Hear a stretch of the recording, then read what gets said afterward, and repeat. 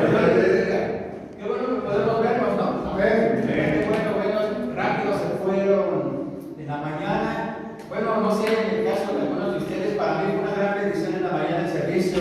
Hermano, nos dio hasta con la cubeta, ¿verdad? Pero dije, sí, Señor, eso es lo que necesitamos. Necesitamos predicación, tu palabra, ¿verdad?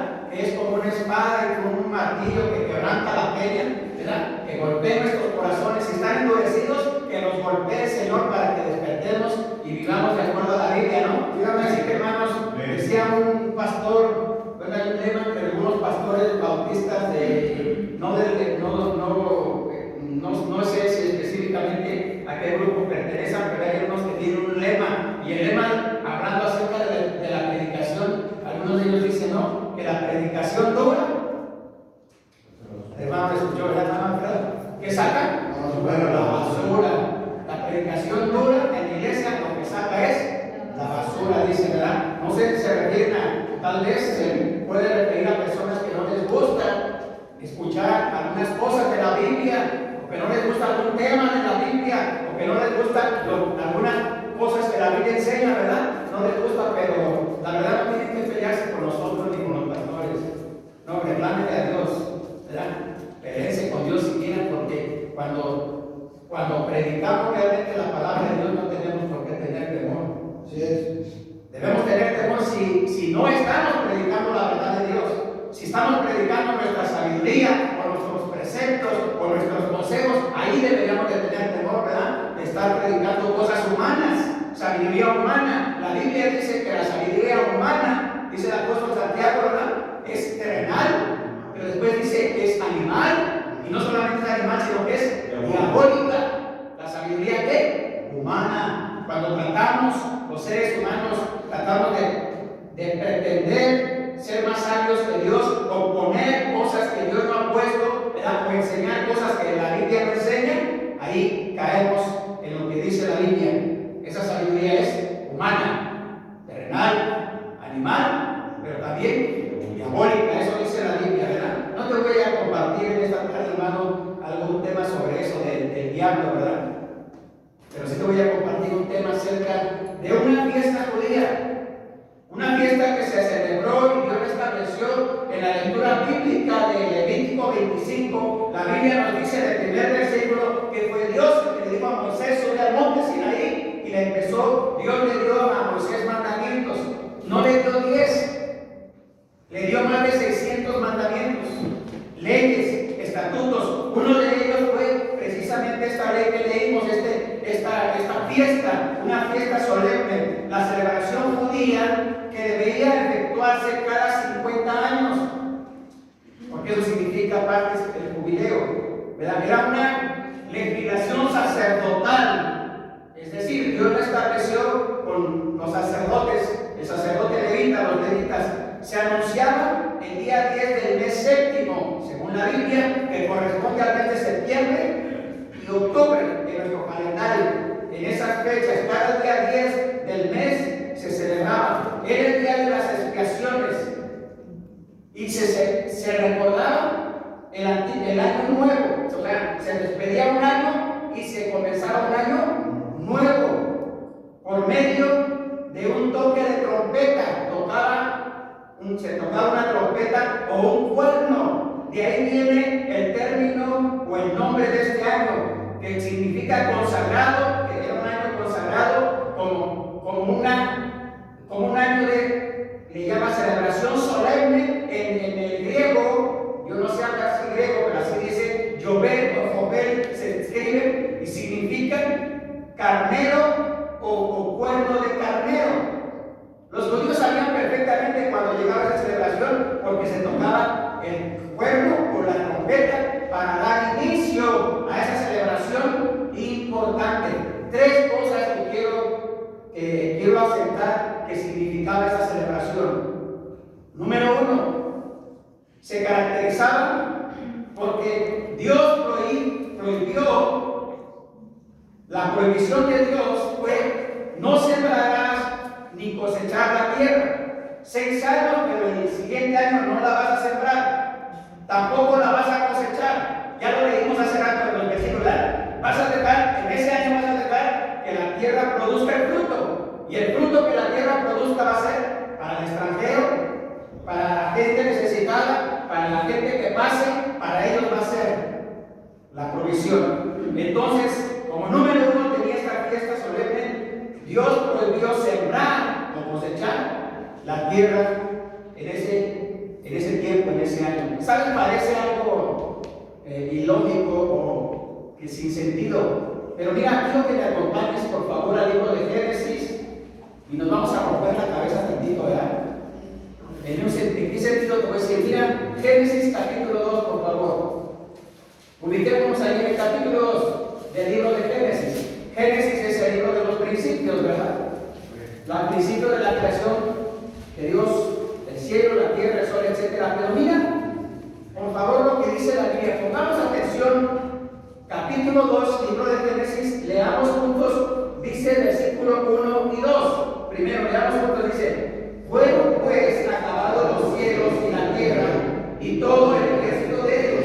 Versículo 2 dice: y acabó Dios el día séptimo la obra que hizo y reposó el día séptimo de toda obra que hizo. Veamos el 3 también, digo: y bendijo Dios el día séptimo y los santificó, porque en él reposó de toda obra que había hecho en la creación. ¿Cómo?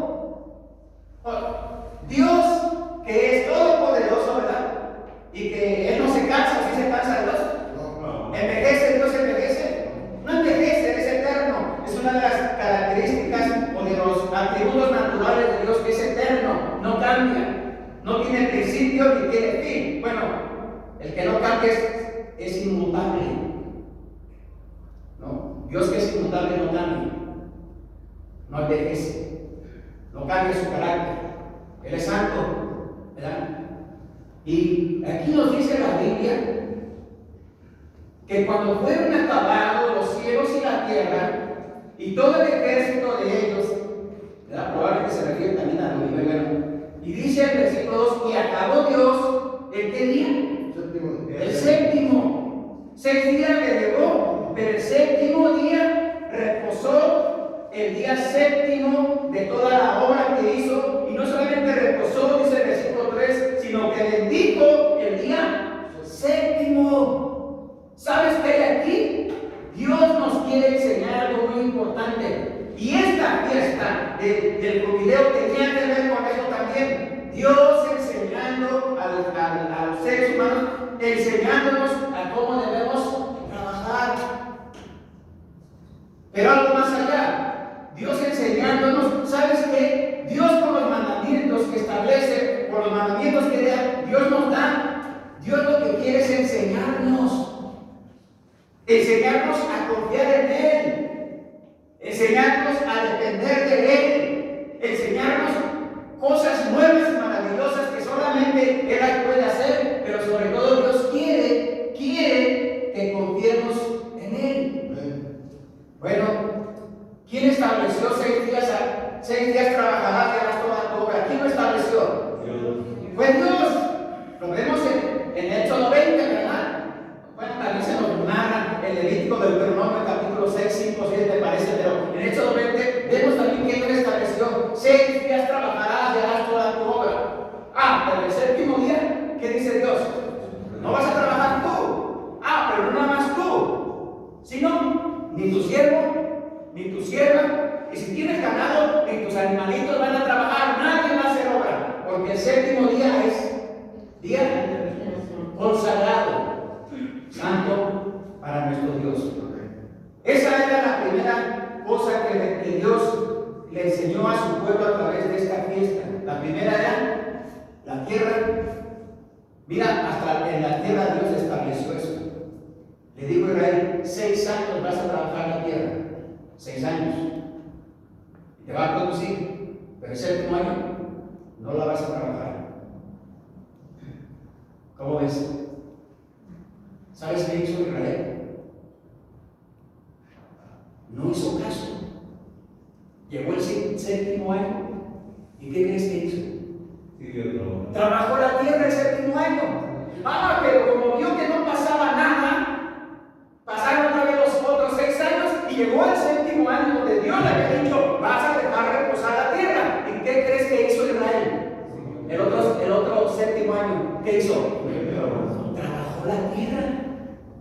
y tampoco pasó nada. Bueno, pensaron ellos. Israel trabajó y desobedeció el mandato de Dios por 70 años. ¿Y sabes qué pasó? Israel tuvo que ser esclavo en Babilonia por 70 años. Aquí hay un principio bíblico, hermano, que es actual para nosotros también. Es actual para nosotros. 6 días o 6 años trabajarás y harás toda tu obra. En el tiempo del profeta Ageo, dice la Biblia, en el tiempo del profeta Ageo, dice la Biblia que la gente, el pueblo de Dios, sembraba la tierra y sembraba la tierra, ¿y qué pasaba con la tierra? No producía fruto. Y sembraba y no producía. Y clamaban por la lluvia y el cielo daba la lluvia. No llovía. Y lo poquito que cosechaban, lo poquito que tenían, lo iban y lo escondían en su casa. ¿Y qué hacía Dios? Lo dispersaba con un soplo grande. Pensaron ellos que podían ellos a su manera proveer su necesidad. Y no era así. Mira, segunda cosa que implicaba el jubileo. La segunda cosa era que tenían que devolver las tierras a sus primeros propietarios o a sus herederos, porque en aquella tiempo, ¿verdad? Podían vender su tierra, ¿verdad? Los que tenían tierras, pero tenían la oportunidad de recuperarlas, y esta era una oportunidad, la devolución de sus tierras a sus primeros propietarios o a sus herederos. Cuando llegaba este año, entonces podían recuperar algunas de sus tierras. Esa era la oportunidad que Dios les daba a través de este mandato. Era la segunda cosa que implicaba esta fiesta del jubileo. Yo creo que debe ser una gran bendición. ¿Te imaginas? Los judíos que por alguna razón de necesidad tuvieron que vender sus tierras, ¿verdad? Venderlas cuando llegaba este año, sin necesidad de invertir dinero o pagar algo, recuperaban sus tierras. Era una bendición, yo creo, ¿o no? ¿No lo crees? Volvían a tener sus propiedades, ellos o sus herederos. Los bienes y raíces se consideraban inalienables en ese tiempo, y tan solo su usufructo podía cederse durante algún tiempo, solamente por un tiempo lo podían hacer. El valor de una tierra estaba determinado por el número de años que mediaban entre la venta y el año del jubileo, así se le llama, porque al llegar o sea, el año del jubileo, el propietario recobraba sus bienes sin pagar ninguna indemnización. ¡Qué bendición! Poder recuperar sus tierras. Y la tercera cosa que implicaba esta fiesta del jubileo era, tercera cosa, hermano, todas son importantes, creo que esta también es muy importante. La tercera cosa era la liberación de todos los esclavos. Esta fiesta significaba que tenían que ser liberados todos los esclavos israelitas, tenían que salir libres. Por eso el jubileo era una fiesta importante para ellos, porque en ese momento ellos podían ser liberados. Mira lo que dice el Levítico 25. No leímos del 1 al 15, pero el 34 leamos unos versículos del versículo 34, ahí en Levítico 25, por favor. Vamos a leer algunos alternadamente. Voy a comenzar del 39. Yo leo el 39, por favor, ahí en Levítico 25, el 39. Y ustedes siguen y leen el siguiente, así vamos hasta el final es el 55. Podemos leer, no es mucho. Dice la palabra, versículo 39, yo lo leo. Y cuando tu hermano empobreciere, estando contigo, y se vendiere a ti, no le hagas servir como esclavo. Lea.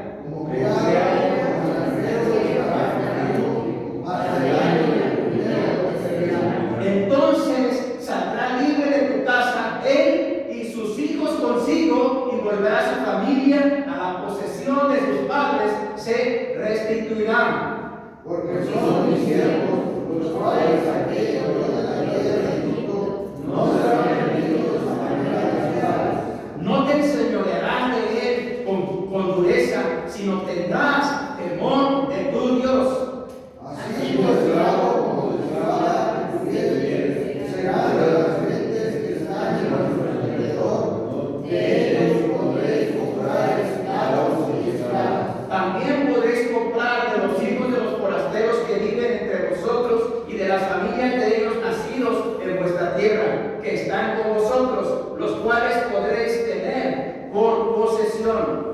y nos podréis dejar en herencia para nuestros hijos después de nosotros, como posesión hereditaria, para siempre os seguiréis de ellos. Pero nuestros hermanos, los hijos de Israel, no os entregaréis cada uno sobre su hermano con violencia. Dice el 47, si el forastero o el extranjero que está contigo se enriqueciere, y tu hermano que está junto a él empobreciere, y se vendiere al forastero o extranjero que está contigo, o alguno de la familia del extranjero, Después de que hiciere vendido, podrá ser rescatado, uno de sus hermanos lo rescatará. o su tío o el hijo de su tío lo rescatará, o un pariente cercano de su familia lo restaurará, o si sus medios alcanzaren, él mismo se rescatará. Hará la cuenta con el que lo compró desde el año que se vendió hasta el año del jubileo, y al rescate el precio de su venta conforme al número de los años, y se contará el tiempo que estuvo con él conforme al tiempo de un jubilado asalariado. Si aún fueren muchos años conforme a ellos, devolverá para su rescate del dinero por el cual se vendió. Y si llegara el poco tiempo hasta el año del jubileo, entonces hará un pacto con él y devolverá su rescate conforme a sus años. Muy bien, me voy a brincar hasta el último. Voy a leer el versículo último, como ya casi estamos al final, pero dice el versículo penúltimo. A ver, sí, versículo 54. Y si no se rescatara en esos años, en el año del jubileo saldrá él, sus hijos y sus hijos con él, porque mis siervos son los hijos de Israel, son siervos míos, a los cuales saqué de la tierra de Egipto, yo Jehová vuestro Dios. Así que la tercera cosa era esta fiesta implicaba era liberación de todos los esclavos. ¿Sabes? Quiero volver un poquito, regresar un poquito al primer punto, porque hay algo importante que quiero compartirte para que tú y yo aprendamos, hermano, acerca de esta primera cosa que implicaba el jubileo. ¿No? Vas a trabajar 6 años en la tierra y el siguiente año la vas a dejar descansar. Es como el mandamiento de 6 días trabajarás y harás toda tu obra, pero el séptimo día será día santo. Bueno, la historia nos dice, bíblica y secular, nos dice que el Señor Jesucristo, nuestro bendito Salvador, resucitó un primer día de la semana. Y de acuerdo al relato bíblico y a la historia, ese primer día de la semana, ¿qué día es de la semana? Domingo. Domingo. Por eso se celebra la resurrección del Señor Jesucristo en un domingo, ¿verdad? Y bueno, no solamente la historia secular o religiosa nos habla acerca de eso, sino algo importante, hermano. La Biblia dice que el Señor Jesús, después de que resucitó y después ya había capacitado a sus discípulos, ya había ordenado a su iglesia, establecido a su iglesia, la iglesia primitiva, la iglesia de Jerusalén, Él les dijo, ¿verdad? Cuando les da el mandato de Mateo 28, de que vayan, ¿verdad? A todas las naciones, ir a predicar el evangelio a toda criatura, ya que les dé ese mandato, la iglesia ya estaba formada, ya estaba establecida. Bueno, el libro de los Hechos nos narra el trayecto, parte del trayecto del trabajo de la iglesia primitiva. Y el trabajo de la iglesia primitiva sigue siendo predicar el evangelio a toda criatura. Pero guardar celosamente el día del Señor. ¿Sabes, hermano? Nuestro Dios es tan celoso y tan santo que Él sigue esperando que nosotros confiemos en Él. Por eso la Biblia sigue diciendo, 6 días trabajarás y harás toda tu obra, pero el séptimo día no, porque es día santo a Jehová, es día santo para nuestro Dios, es el día que Él escogió, ¿verdad? Para que su pueblo nos congreguemos, para que su pueblo nos reunamos, para que su pueblo le honremos, para que su pueblo veamos o escuchemos el mensaje de su palabra de acuerdo a lo que Él quiere que hagamos en este mundo. Por eso es tan importante, hermanos, que no tengamos en poco el día del Señor. ¿Sabes algo que le pasó a Israel cuando falló en esta ley? y que sigue pasando, creo que sigue pasando, muy probablemente a muchos cristianos hoy día, le sigue pasando.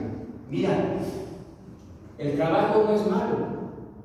No estamos diciendo, ni la Biblia dice que el trabajo sea malo, al contrario, la Biblia dice que el que no trabaja, que no coma, ¿verdad?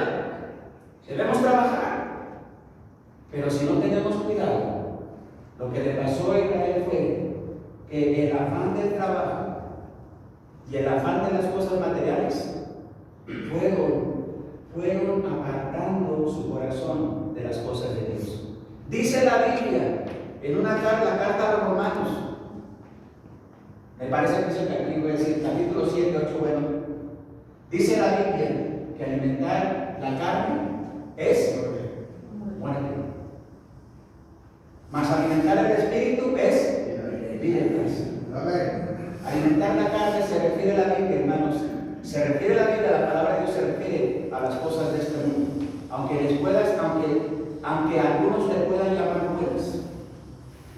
A eso se refiere a alimentar la carne, nuestros deseos, nuestros anhelos, nuestras metas, nuestros propósitos. A veces no le llamamos ambiciones. Hay personas que lo que quieren lograr, los proyectos que tienen no le llaman, no necesariamente tienen que ser cosas ambiciosas, no. Pero la Biblia le llama alimentar la carne. ¿Sabes qué va provocando? Cuando alimentamos solamente la carne, ¿sabes qué va provocando? Que hacemos a un lado a Dios, dejamos a un lado a Dios, y entonces su voz, su palabra, ya no tiene efecto en nuestras vidas. En el año, cuando se dice sobre la pandemia y se declara a nivel mundial la pandemia, este virus de la pandemia, del COVID-19, ¿verdad? 19 porque fue en el 19, ¿verdad? Se declara. Mucha gente se encerró por restricción de los gobiernos. A personas los mandaron a sus casas, trabajadores, empresas cerraron y mandaron a sus trabajadores que se encerraran porque esa era parte de la restricción, ¿verdad? Pero eso pasó en el 2019. Llegó el 20, llegó el 21, llegó el 22, bueno, vamos comenzando el 23, ¿verdad? ¿Y sabes qué fue lo que pasó? Muchas personas se quedaron encerradas, afectadas. Yo no digo que el COVID sea una mentira. Lo que quiero decir es que muchas personas se alimentaron tanto de la información que se daba acerca de este virus, que llegó un momento, ¿no?, que se volvieron, ¿verdad? Bueno, se dice que hubo gente que psicológicamente, o sea, físicamente no se enfermó probablemente de COVID, pero psicológicamente quedó afectada por esta pandemia. El peligro que la Biblia nos dice, hermanos, cuando Dios nos dice, mira, cuando en Génesis dice que Dios después de que terminó todas sus obras, y cuando la Biblia dice que Él descansó, ¿qué día descansó? El séptimo día. Y no solamente descansó el séptimo día, sino que dice el versículo 3, lo santificó y lo estableció como día santo. Un día apartado, un día consagrado, un día especial. Es cierto que todos los días los cristianos debemos orar y darle gracias a Dios por la vida, la salud. Es cierto que todos los días debemos escudriñar las Escrituras porque es mandamiento de Dios, pero lo necesitamos, ¿verdad? Dice San Juan capítulo 5, versículo 39, dice el Señor Jesús, escudriñad las Escrituras porque a vosotros os parece que en ellas tenéis la vida eterna y ellas son las que dan testimonio de mí, ¿verdad? Y en Colosenses en la mañana nos enseñaba el hermano en Colosenses acerca de cómo, bueno, no era la enseñanza exactamente, pero vino en mente, ¿cómo dice la Biblia en Colosenses? La palabra de Cristo more. ¿Cómo? Pero dice una frase, en abundancia, en abundancia.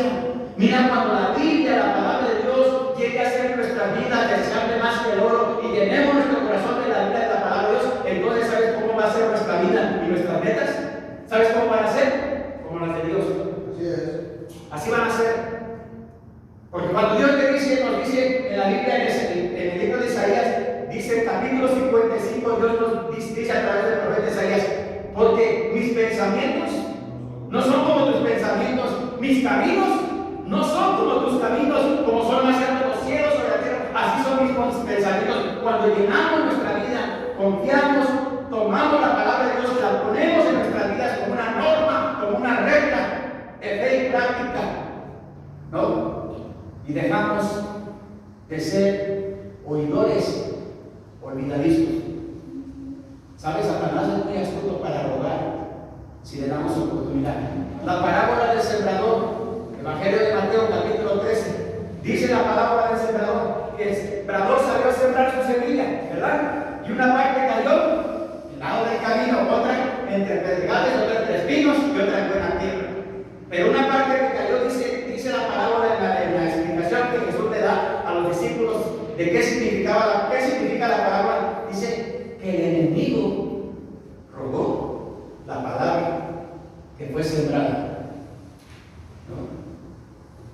Cuando solamente somos oidores, olvidadizos, Satanás fácilmente roba la palabra que se siembra en nuestro corazón. Por eso debemos de ser, dice la Biblia ahí en Santiago, hermanos, debemos ser hacedores de la palabra.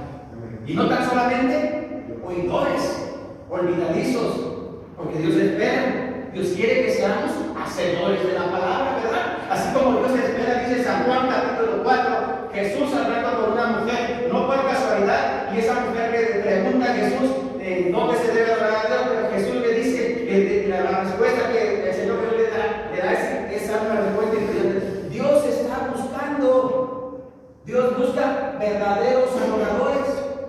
Ahí dice verdaderos adoradores, ¿verdad? No dice adoradores, no dice personas. ¿Sabes qué enfatiza? Verdaderos adoradores. Y cuando la Biblia dice verdaderos, quiere decir que debe haber verdaderos, pero también que no hay verdaderos, ¿verdad?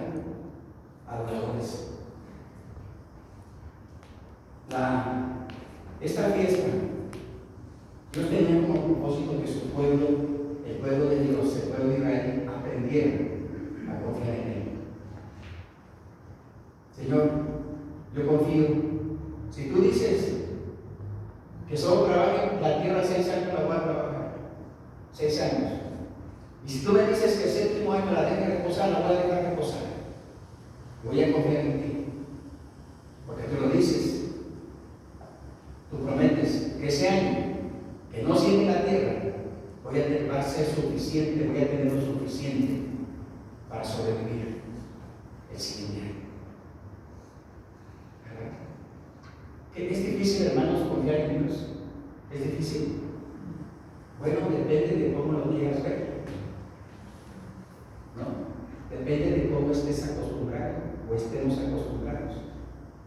Depende. Porque cuando a veces Dios nos pide que hagamos cosas, ¿verdad? No nos pide que hagamos cosas imposibles, sino nos pide a veces Dios que hagamos cosas, ¿verdad? Que están fuera, no de nuestro alcance, sino fuera realmente de nuestro deseo. No lo deseamos. ¿Recuerdas el joven que se le acerca al Señor Jesús, un jovencito?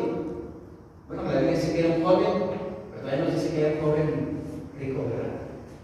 Se le acerca al Señor Jesús y le dice: Señor, ¿no? ¿Qué debo hacer para tener la vida eterna? Los mandamientos, ¿sabes? Si no están guardados de mi juventud, solo una cosa te falta, ¿no? Anda, vende todos tus bienes y dale a los pobres, y tú sígueme, anunciar el reino de Dios. Y la Biblia que dice que ese joven se fue triste. ¿Por qué? Porque tenía muchas riquezas. ¿Quién estaba en el centro de su corazón? Su dinero, sus riquezas. No era Dios. Ese joven mintió, porque obviamente, si volviera a guardar los mandamientos de Dios, el primer mandamiento, ¿cuál es? Amarlo a Él con todo el corazón, con todas las fuerzas, con toda la alma, con toda el alma. Mas aún así el Señor Jesús fue misericordioso con él, pero ese joven se fue triste, porque lo que le pidió Jesús estaba fuera, no de su alcance, estaba fuera de su corazón. Él amaba más sus riquezas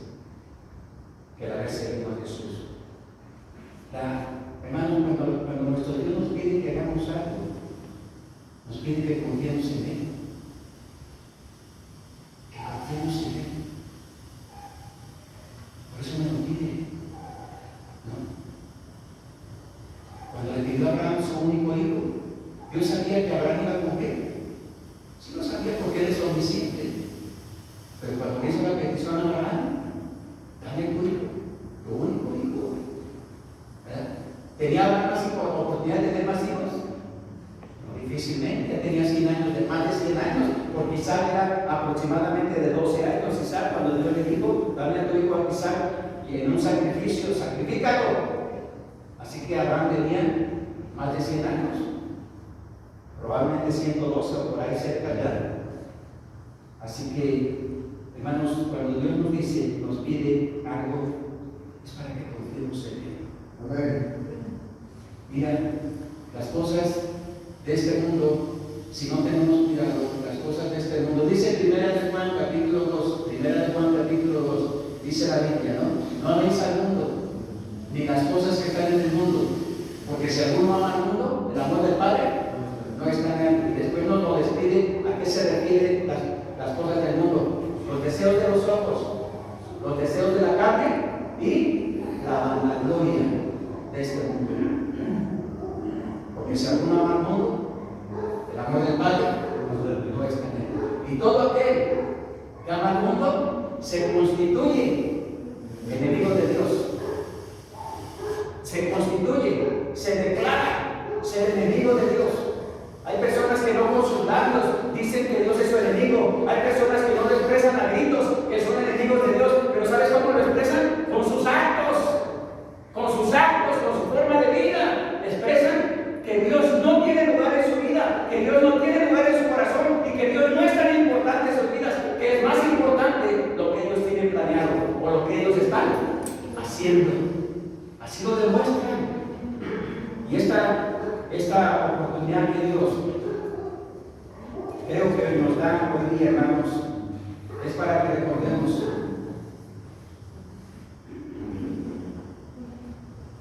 bueno, hace rato mencioné acerca del trabajo, ¿verdad? Una vez más Dios está, cuando Dios le dice a su pueblo, 6 días trabajarás y harás toda tu obra, pero el séptimo día no trabajarás, ni tú, ni tu criado, ni tu asno, no harán obra alguna. Dios una vez más está probando a su pueblo para que confíe en Él. Probando a su pueblo para que confíe en Él. Y hace rato te compartía, Israel violó este mandamiento por 70 años y pensó que Dios no había hecho nada, pero se equivocó. Porque la Biblia dice que todo lo que sembramos vamos a cosechar. Dice en Gálatas capítulo 6, no os engañéis, Dios no puede ser burlado. Todo lo que el hombre sembrare, eso también va a cosechar. Así que no nos sorprendamos, hermanos, cuando vemos en las familias o en iglesias o en pueblos o naciones, cuando vemos que están cosechando la violencia o la maldad o están cosechando el materialismo, no nos sorprendamos, hermanos, porque es lo natural. No debería de ser. Mira, nuestra herencia como cristianos, deberíamos de transmitirla a nuestros hijos, ¿verdad? Y a los hijos de nuestros hijos, nuestros nietos. Así debería de ser, bueno, así nos enseñan a ver nuestra herencia, ¿verdad? Pero hoy vemos con tristeza muchas familias cristianas donde esa herencia ya se rompió. Ya se rompió. Y a los hijos no quieren saber de Dios, ni de la Biblia, ni de orar. ¡Qué aburrido orar! Y luego el domingo, si fuera otro día, a lo mejor nos animaríamos, ¿verdad? Y lo ven, hemos dejado, equivocadamente hemos dejado, no hemos hecho una labor correcta con nuestros hijos.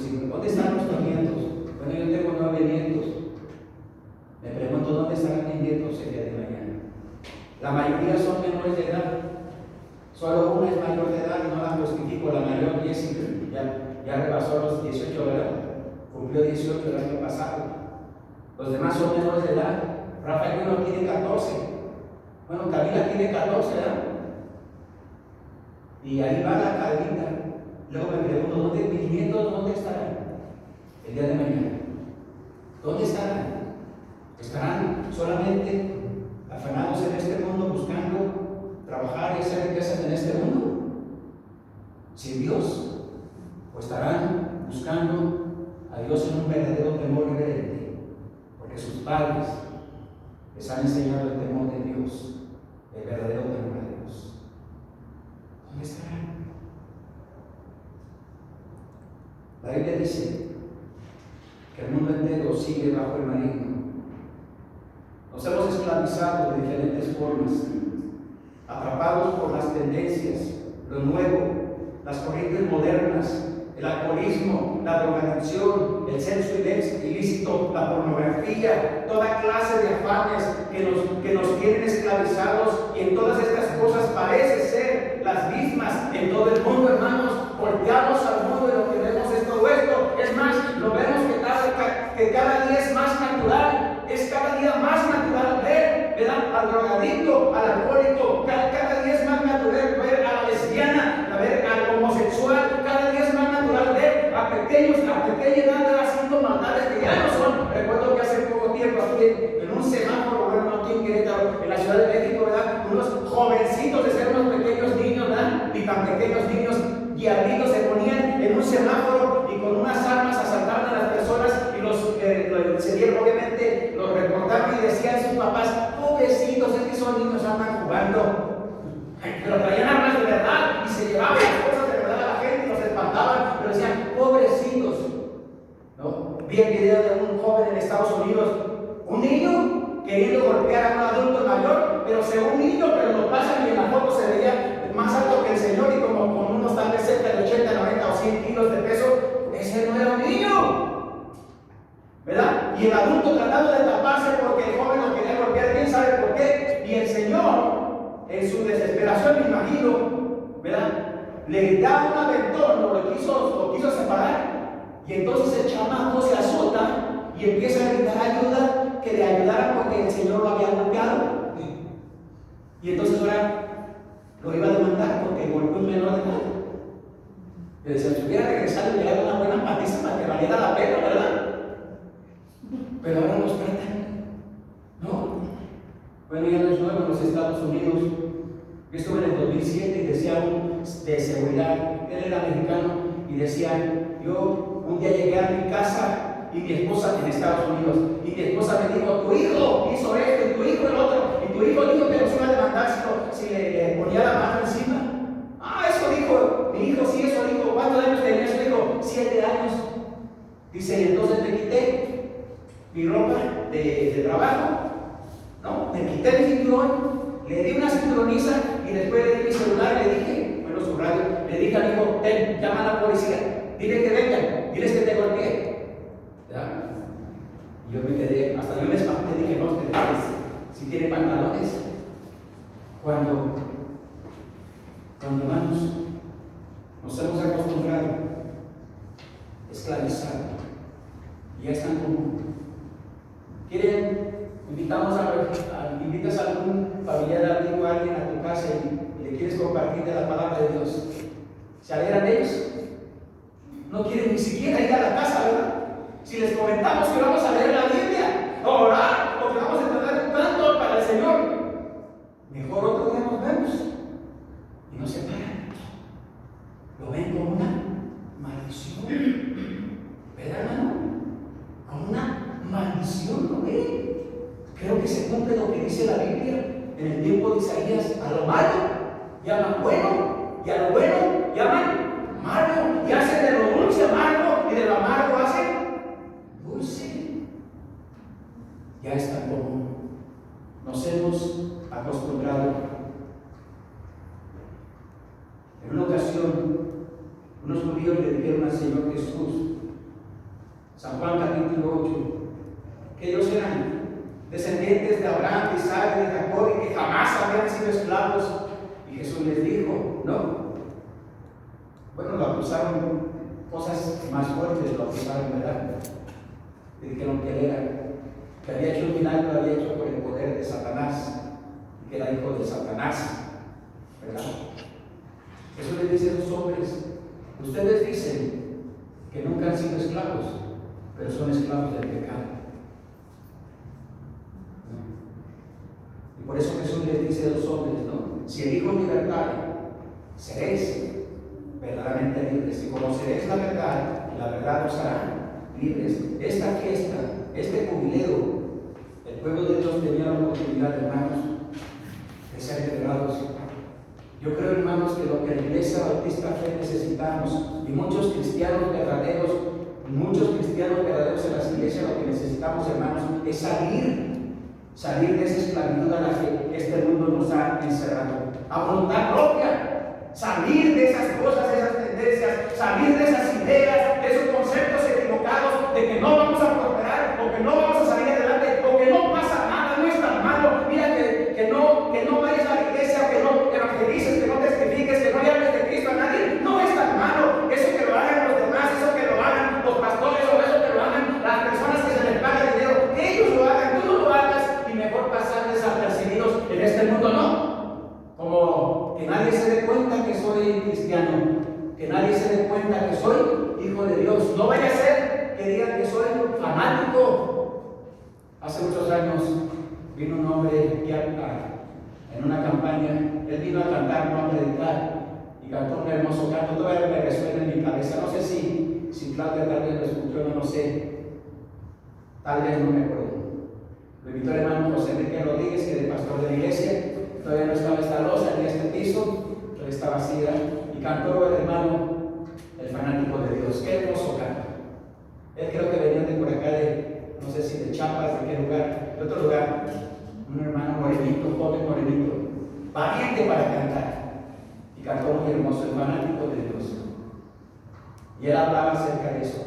Él trabajó, él dice, yo trabajé, antes de conocer a Cristo, trabajé, era monaguillo en una iglesia católica, obviamente. Trabajé, serví como monaguillo, pero un día fui alcanzado por el Evangelio, y su vida fue transformada. Y ahora él dice, a través del canto, dice, que me llamen, que digan que soy fanático de Dios, no me interesa. No me interesa. Hermano, te ofende que las personas sepan que tú eres hijo de Dios, que eres cristiano. Te ofende, hermano. No debería de ofendernos. Pero ¿sabe qué debemos hacer, hermano? Debemos brillar con Cristo. Y debemos vivir un cristianismo verdadero, un cristianismo real, un cristianismo. Esta fiesta era una fiesta. Esta fiesta representaba la liberación de la esclavitud. Yo creo que nosotros, la iglesia, necesitamos ser liberados de aquellas cosas que nos tienen esclavizados y que no nos permiten gozarnos en las cosas de Dios, y que no nos permiten alcanzar a más personas para la gloria de nuestro Dios, y que no nos permiten avanzar en cosas que Dios quiere que avancemos, porque Dios quiere que avancemos como su iglesia. La meta, dice la Biblia en Efesios, la meta es hasta que todos lleguemos a la estatura del varón perfecto, la plenitud de Jesucristo. Esa es la meta. Por eso la Biblia dice que debemos andar como Él anduvo. Seguramente no la vamos a alcanzar, pero esa es la meta. Eso dice la Biblia. Debemos imitarlo a Él en todos los aspectos, ser como Él, actuar como Él, enfrentar las cosas como Él lo hizo, y de esa manera reflejar esa vida cristiana, esa verdadera vida cristiana que Dios espera de nosotros, de su pueblo. Te invito, hermano, para que en esta tarde reflexionemos. Y si tú ya eres hijo de Dios, si tú ya eres un hijo o una hija de Dios, gracias a Dios por ello. ¿No? Pero, si no lo eres, si no has nacido de nuevo, si no has tenido un encuentro de salvación con el Dios de la Biblia, si no has invocado el nombre de Jesús, dice la Biblia que todo el que invocar el nombre del Señor será salvo. Que esta tarde puedas tú recibir el regalo de la vida eterna. Si no lo has hecho, si no sabes dónde pasarás la eternidad, si no sabes, si mueres, en el momento que mueras no sabes, no tienes la seguridad a dónde irá tu alma por la eternidad. O Cristo, o separarnos de Cristo. La decisión no es de Él. Algunos dicen, algunas personas creen, pues ya Dios dirá. No es Dios. La Biblia dice que somos nosotros los que decidimos, o con Dios o separados de Él. Somos nosotros de tomar esa decisión. Vamos a orar y terminar con este tiempo. Que el Señor nos guarde esta semana y si Él nos permita podamos salir adelante en nuestra vida cristiana, pero sobre todo, hermanos, recuerda, hermanos, nuestro Dios quiere liberarnos de todo aquello que no sirve en nuestras vidas. Oremos. Padre nuestro que está en el cielo, una vez más, Señor, le damos gracias en el nombre bendito de su Hijo y le rogamos, Señor, que nos tome en sus manos. Ayúdenos, Señor, a confiar en su palabra. Ayúdenos, Señor, a desechar de nuestras vidas todo aquello que nos esclaviza o aquellas cosas que no sirven en nuestras vidas. La Biblia dice que lo que no proviene de fe, eso es pecado. Ayúdenos, Señor, tómenos en sus manos y que podamos hablar en una verdadera liberación, una nueva vida en Cristo y esa vida cristiana, Señor, que este mundo necesita. El mundo necesita ver verdaderos cristianos. El mundo, dice la Biblia, que el mundo entero está bajo el maligno y necesitan la luz del mundo y la sal de la tierra. Le rogamos, Señor, que nos ayude, tómenos en sus manos y permítanos, Señor, levantarnos en el nombre de Cristo y ser esa iglesia verdadera que usted espera de nosotros, Señor. Guárdenos, Señor, quédese con nosotros, porque todo esto se lo rogamos una vez más, en el nombre bendito